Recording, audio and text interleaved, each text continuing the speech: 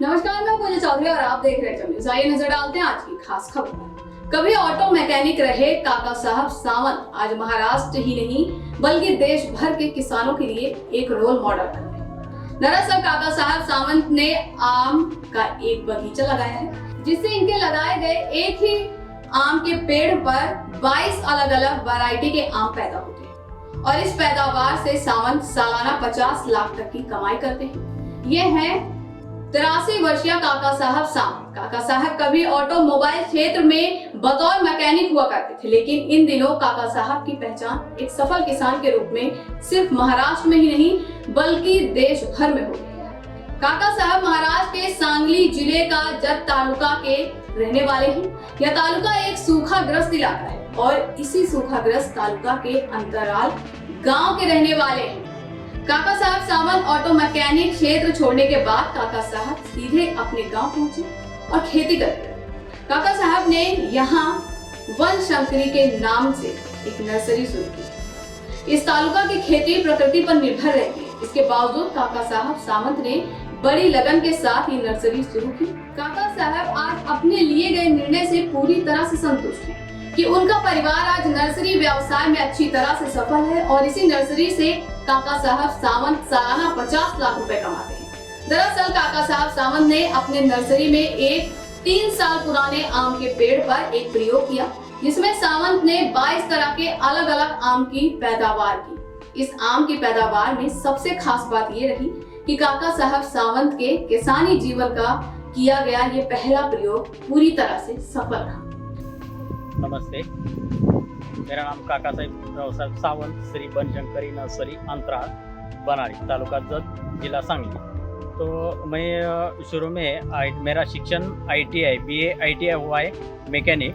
शुरू में मैं 10 साल पूना में बजाज काइनेटिक, टेल्को, टाटा मोटर्स इस कंपनी में 10 साल तक नौकरी की।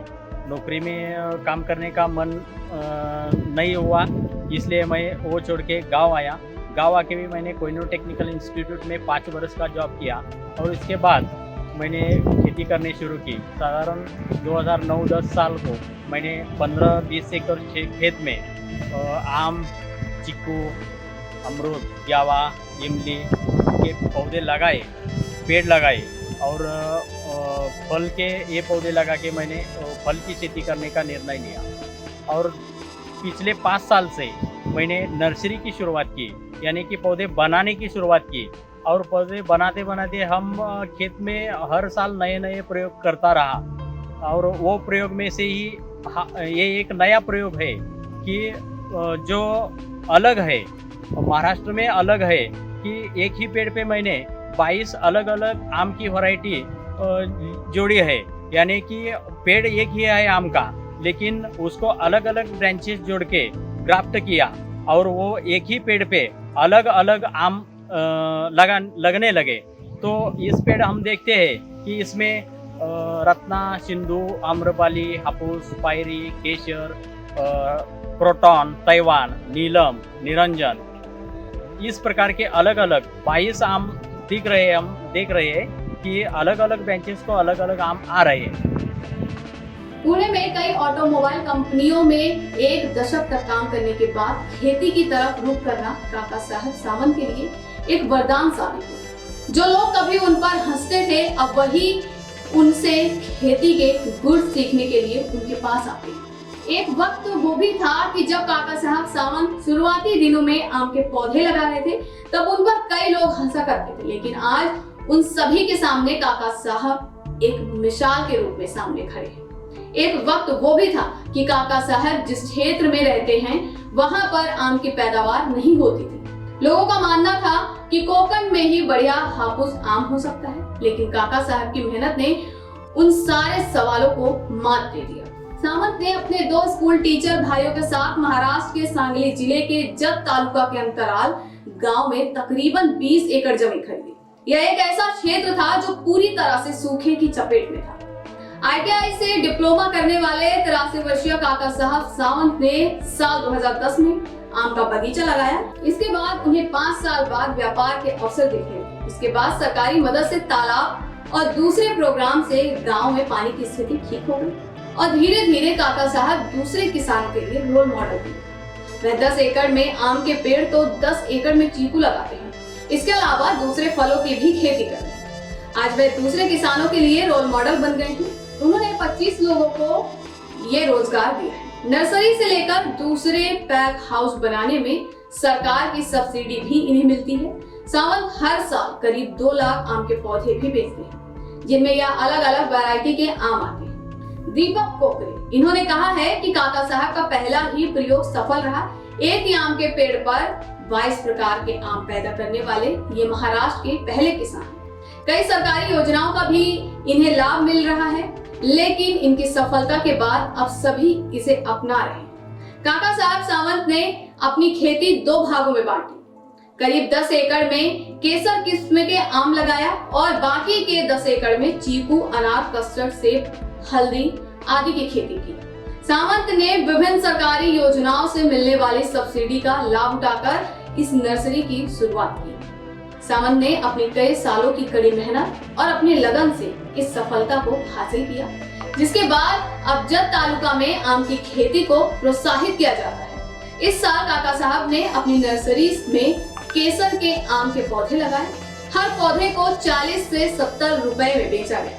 सावंत हर साल लगभग 2 लाख आम के पौधे बेचते हैं। इसके अलावा वे 1 लाख कस्टर्ड, सेब, रतालू, चीकू, नींबू आदि भी बेचते हैं। सावंत की नर्सरी से पौधे लेने के लिए परभणी, बीड, उस्मानाबाद, बुल्ढाना, कोल्हापुर, बीजापुर, बेलगाम आदि से लोग आते हैं।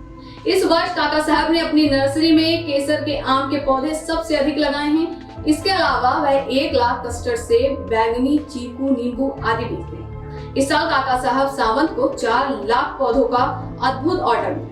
काका साहब सावंत की सफलता आज सिर्फ महाराष्ट्र ही नहीं बल्कि देश भर के किसानों के लिए एक मिसाल बन रही है, जिन्होंने एक मैकेनिक के रूप में एक छोटी सी नौकरी लेने के बजाय अपना खुद का व्यवसाय शुरू किया और आज एक बड़ी सफलता के पायदान पर विराजमान।